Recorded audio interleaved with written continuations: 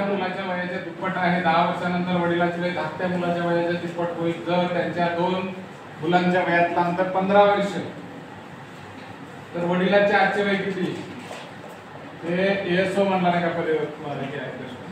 आता अशा याच्यात काय मांडणी फार महत्वाची राहते. तुम्हाला मांडणी करता आली पाहिजे की बाबा धाकटा म्हणजे सगळ्यात कोणता मुलगा लहान. ठीक आहे.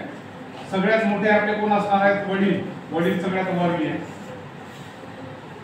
त्याच्यानंतर नाही का कोणता लिहिणार मोठा मुलगा लिहिणार मोठा आणि नंतर सगळ्यात लहान मुलगा लिहिणार. ठीक आहे. हे करत असताना मांडणी आपली एक अशी करायची आहे की आपल्याला आजवाला भाग इथं आणि मग इथं लिहिलं 10 वर्षानंतर शब्द शोधायचे. 10 वर्षानंतर कोणती क्रिया तर 10 वर्षानंतर 10 वर्षानंतर. ठीक आहे.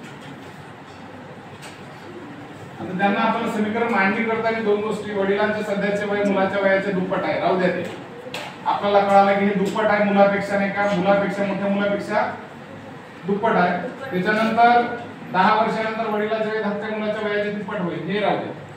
जर त्यांच्या दोन मुलाच्या वयात अंतर 15 वर्षाचं आहे हे वाक्य महत्त्वाचं आहे आपल्यासाठी की दोन मुलांचं वय हे दोन मुलं आहेत एक छोटा आणि एक मोठा. हे जर मी 10 वर्षाचा धरला तर यांच्या वयातला फरक 15 वर्ष सांगितला म्हणजे हा मोठा 15 वर्षाने मोठा होणार म्हणजे किती वर्षाचा होणार 20 इथपर्यंत कळलं. आता सांगितलं त्यांनी पहिलं वाक्य वाचलं हे वाक्य झालं. आता हे वाक्य जरी करा वडिलांचे वय मोठ्या मुलाच्या वयाच्या दुप्पट आहे. मोठा मुलगा 25 चा आहे वडिलांचं दुप्पट आहे म्हणजे 50 झालं. बरोबर. आता 10 वर्षानंतर म्हणल्याच्या नंतर आपल्याला इथं काय करावं लागेल 50 अधिक 10 म्हणजे आले 60. ठीक आहे. आणि इथं 10 याच्यात पण 10 वर्ष टाकावं लागतील. इथं पण 10 वर्ष टाकावं लागतील आणि इथं पण 10 वर्ष टाकावं लागतील.